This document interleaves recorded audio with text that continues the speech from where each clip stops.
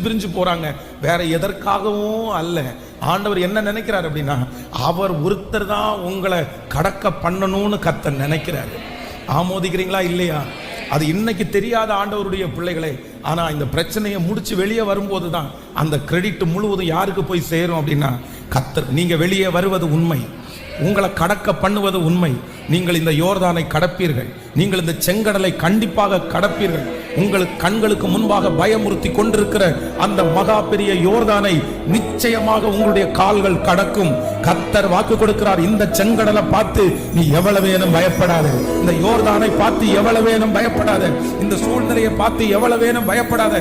நான் தாண்டிக்கிட மாட்டேன், நான் இந்த இடத்தை விட்டு போய்க்கிட மாட்டேன்னு நீங்க நினைக்கிறீங்க. ஆனா கர்த்தர் சொல்லுகிறார், நான் உன்னை கடக்க பண்ணுவேன், இந்த இருளை தாண்ட பண்ணுவேன். இந்த இருளை தாண்டி நீ போவாய்.